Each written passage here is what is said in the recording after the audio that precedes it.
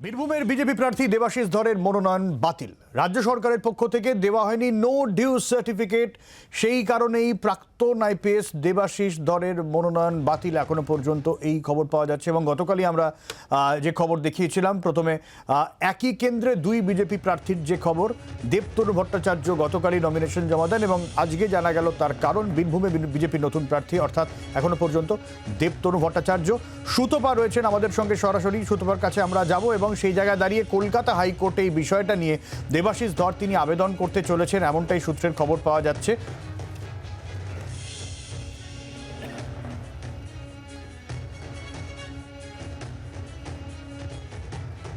দুই প্রার্থীর ছবি দেখাচ্ছি, যেখানে দেবাশিস ধর তার মনোনয়ন ইতিমধ্যেই বাতিল হয়ে গেছে বলে খবর পাওয়া গেছে। রাজ্য সরকারের পক্ষ থেকে নো ডিউ সার্টিফিকেট দেওয়া হয়নি, আর সেই কারণেই প্রাক্তন আইপিএস দেবাশিস ধরের মনোনয়ন বাতিল হলো।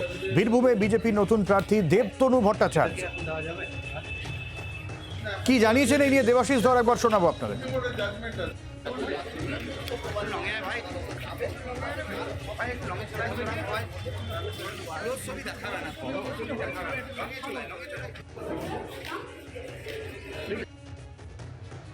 নো ডিউ সার্টিফিকেট নিয়ে যে ইস্যুসটা হয়েছে, ওটার জন্য নাকি প্রার্থীপদ আমার অ্যাকসেপ্ট করা যায়। আপনি তো প্রচার তো ভালো রকম শুরু করেছিলেন, এবারে কি করবেন? প্রচার দলের সাথে কথা বলবো, প্রচার তো চলবে।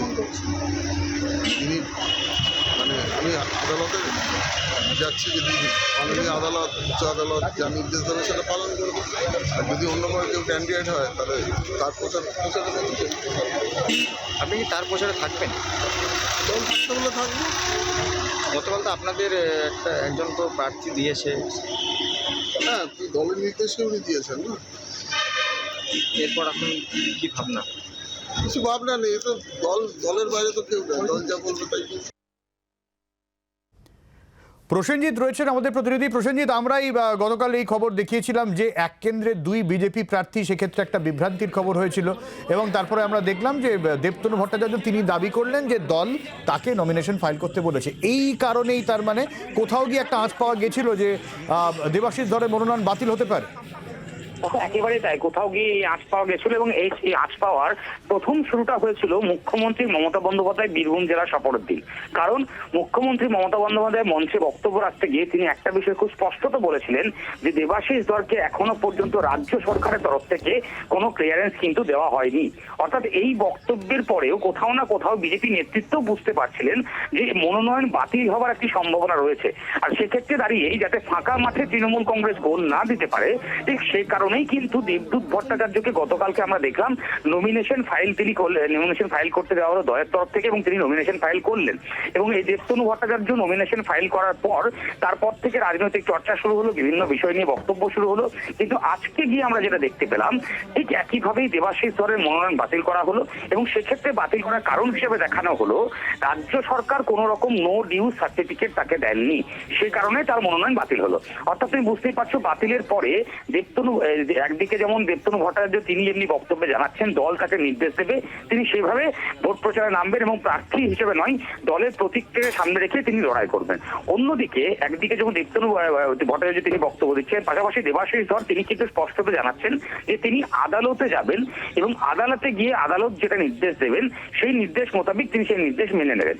কিন্তু এই ঘটনাকে কেন্দ্র করে রাজনৈতিক চর্চা ইতিমধ্যেই শুরু হয়ে গেছে। ফলে বিজেপির এই মুহূর্তে দাঁড়িয়ে সামনের প্রার্থী হিসেবে দেবতনু ভট্টাচার্য থাকলেও দেবাশিস ধর হাইকোর্টে মুভ করলে বা কোর্টে গেলে সেখান থেকে তিনি কোনো রায় পান কিনা, নতুন করে প্রার্থী অনেক ধন্যবাদ প্রসেনজিৎ। নির্বাচন কমিশন থেকে কি আপডেট রয়েছে, সরাসরি সুতপা রয়েছেন আমাদের সঙ্গে। সুতপা,